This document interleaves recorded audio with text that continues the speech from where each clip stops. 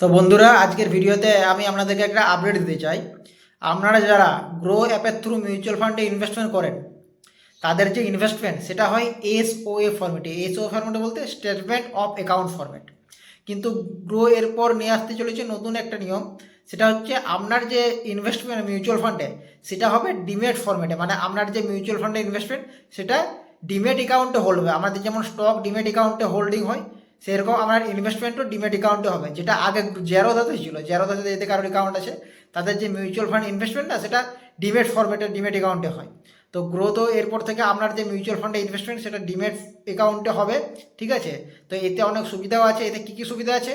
এতে যে সুবিধা হবে সেটা হচ্ছে আপনি লোন অ্যাগেনস্ট মিউচুয়াল ফান্ড, মানে আপনি আপনার মিউচুয়াল ফান্ডের অ্যাগেনস্টে লোন নিতে পারবেন প্রয়োজন পড়লে।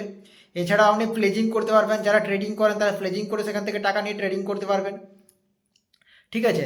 এছাড়াও আপনি ইজিলি আপনার যে মিউচুয়াল ফান্ডে যে ইনভেস্টমেন্ট অ্যামাউন্ট, সেটা খুব ইজিলি অন্য ফ্যামিলি মেম্বারের নামে ট্রান্সফার করতে পারবেন। ঠিক আছে?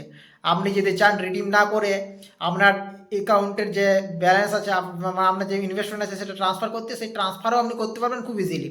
ট্রান্সফারে কী সুবিধা হয়? আপনাকে রিডিম করার সময় যদি রিডিম করলে আপনাকে যে ট্যাক্স দিতে হয়, ট্রান্সফার করার সময় আপনাকে কোনো ট্যাক্স দিতে হবে না। ঠিক আছে? তো ইজিলি ট্রান্সফার করতে পারবেন। আর আপনার যে আগের ফরম্যাটটা ছিল এসওএ ফরম্যাট, ঠিক আছে, স্টেটমেন্ট ফরম্যাট, সেটাও থাকবে। আপনি চাইলে সেটাতেও রাখতে পারেন।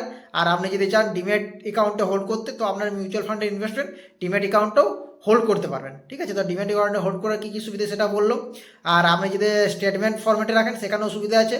সেখানে সুবিধা হচ্ছে আপনার যে ইনভেস্টমেন্ট, সেটা আপনি ক্যাম্পস, কেফিনটেক, এএমসি সাইটে গিয়ে গ্রো অ্যাপ থেকে, ঠিক আছে, নানানভাবে আপনি উইথড্র করতে পারবেন। কিন্তু আপনার ডিমেট অ্যাকাউন্টে যদি হয়ে যায়, ডিমেট অ্যাকাউন্টে হলে আপনার কিন্তু তখন ওই ডিমেট যে আমাদের অ্যাপসগুলো আছে, ব্রোকিং অ্যাপস, সেই ব্রোকিং অ্যাপস থেকেই আপনার টাকা উইথড্র করতে পারবেন। ঠিক আছে? তো আজকের এই আপডেটটা আপনাদের কেমন লাগলো? যদি ভালো লাগে অবশ্যই একটা লাইক করে দিবেন।